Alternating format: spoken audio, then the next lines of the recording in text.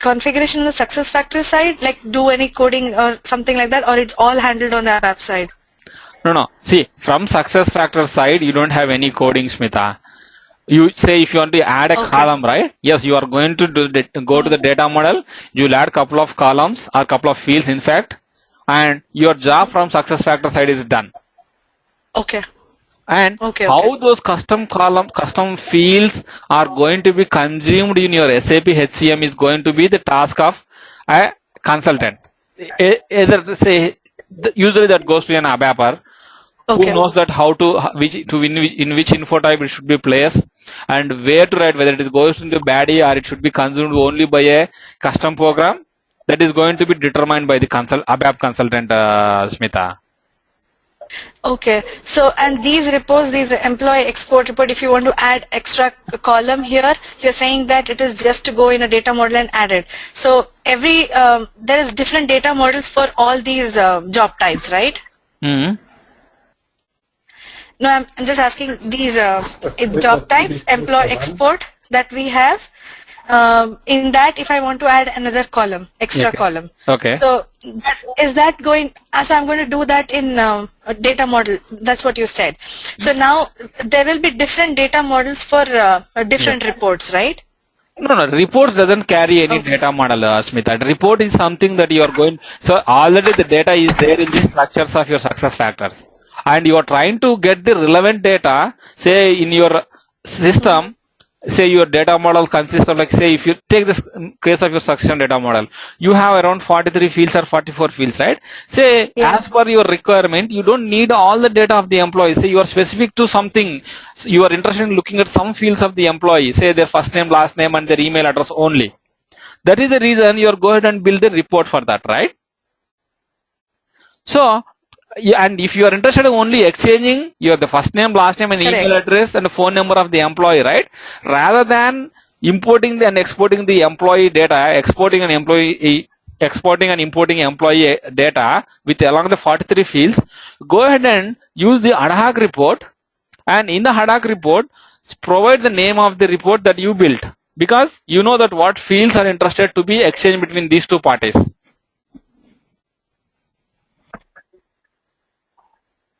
Does it make sense? What I'm asking is if I have, I mean I got that, but if I want to do anything additional in employee export, like the job type employee export, there's a job type, right? If I want to do anything change in that, can I do that? Or that should be done in a data model or no?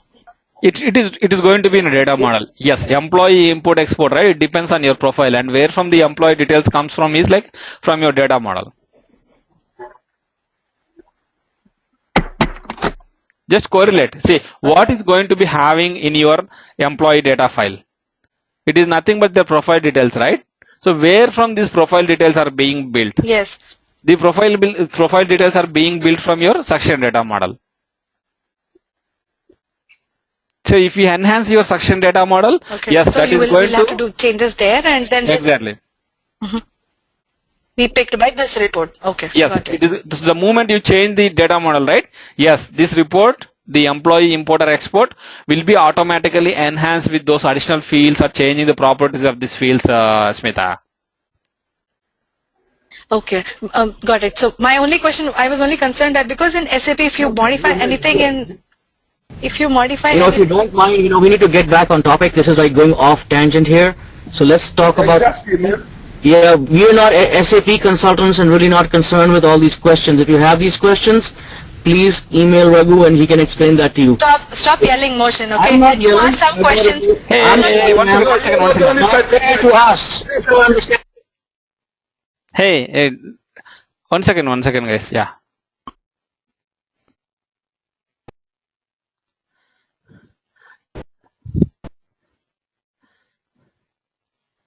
I'll continue with your lecture, please. Oh yeah, I'll continue. One second, Victor. Yeah. Smita, just hold on to your question, Smita. Yes, I'm here to explain everything at the end of the session, and yeah, I'll be here. Don't worry. Like even like any questions, guys. Any questions related to this topic or the things that we have completed so far, right? If you have anything, just please hold on to your questions. Write down it on a notepad. Yes, I'm here to discuss all those things at the end of the session, so that if people are not interested, right, in listening those questions, yes, they can drop, and people who might be interested in those topic or they end up in same kind of errors, right? Yes, they can stay back and we can discuss further. Smita, don't mind, Smita. Motion, and she was asking. I don't have any issues, Raghu, but no, everybody doesn't follow that because the motion asks such questions which are very silly and which even we all get it, even I get it. So, you cannot judge questions. I'm just saying that let's all put the questions in the end then. Yeah, sure. Let's all just put questions in the end. Even I'm fine to stick to it. If only I'm the one sticking to it, that's not right. No. I'm sorry, you know what, you're going on and on. If there's a simple question, yeah, yes. so it's not simple. The questions that you ask are really crazy ones. Never seems to end. The questions that you ask are... No. It's all depends on like how they based on their experience or how they are familiar with the system. It's not like silly or something. People who are new to success factors, yes, they might be asking like a couple of questions which are might be silly. But yeah, don't mind, guys. It doesn't make any problem. But it's a good practice that we take the question and answers at the end of the session, guys. I know like people will ask like if it is going to be 1 or 2 seconds, right? It doesn't make any difference. But say if it is going to take like couple of minutes, yes, because everyone time is precious, right? And say if they are already aware about these questions, right? They don't want to spend like hours and hours discussing on these things. Don't mind, guys. Nothing personal or nothing. Yes, if you have any questions, yes, we'll take at the end of the session, guys. So usually like coming back to the topic, how you are going to integrate, what is the medium of your data exchange between your SAP SuccessFactors and your SAP HCM system or any third party system, guys? It is going to be through a FTP or SFTP server, guys. So if you want to automate, yes, you have to place the file that you prepared in your SuccessFactors or on your SAP HCM on a common agreed SFTP server or FTP server, guys. So once these two parties, your SAP HCM and your SAP SuccessFactors, 1 second, guys.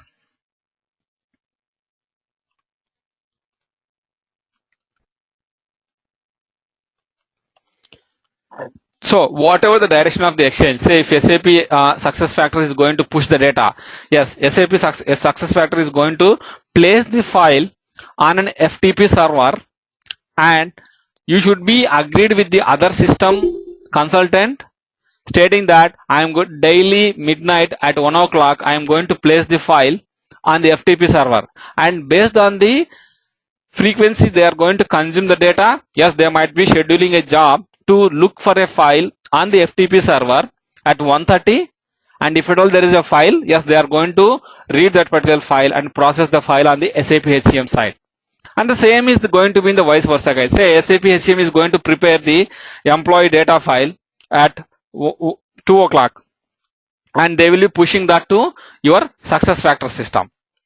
And say from SuccessFactors side, you should trigger the job at 2:30 or 2:15, whatever the time that you feel where you will get this complete data.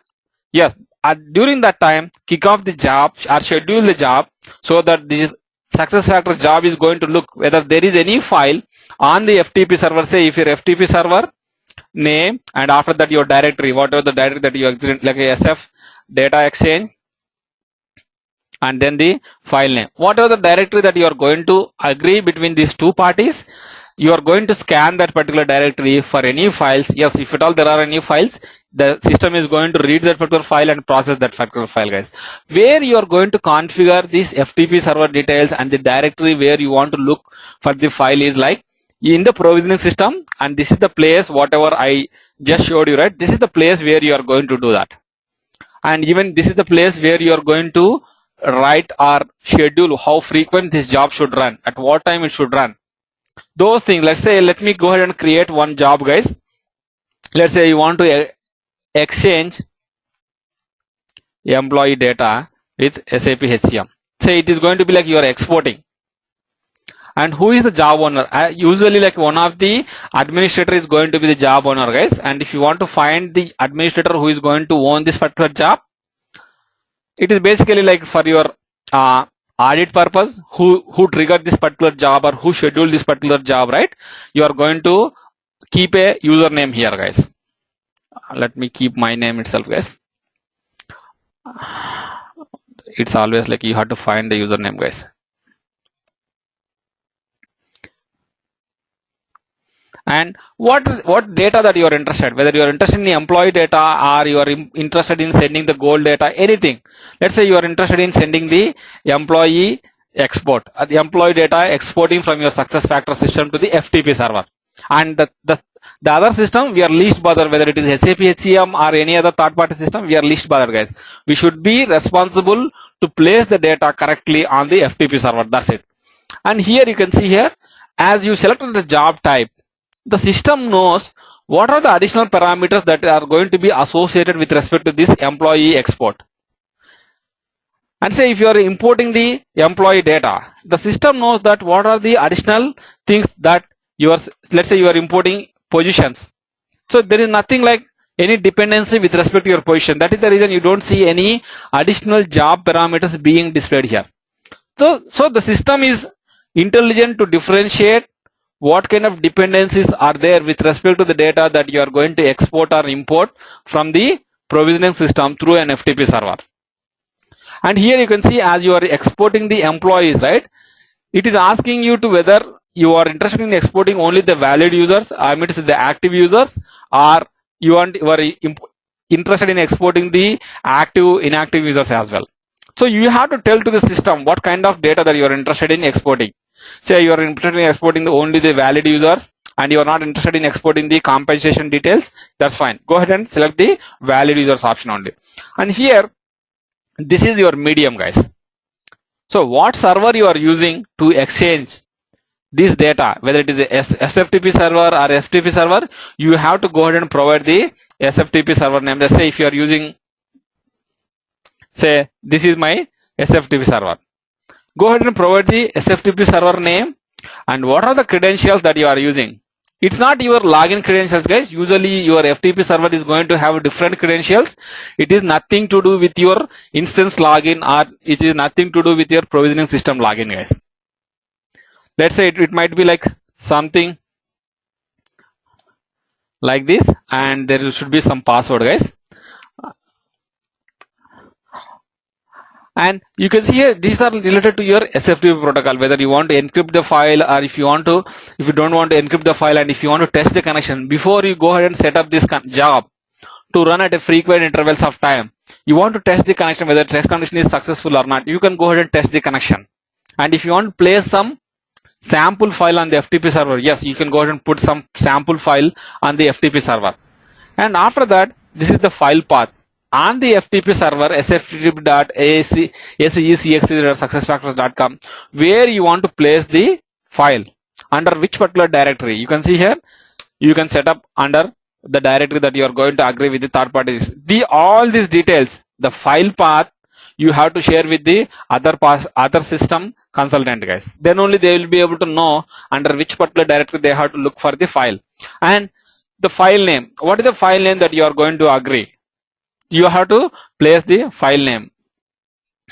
Say you want to place the file name as ACECX3 underscore UDF file underscore, and let's say your anything, guys. So let's say it is going to be like Delta file.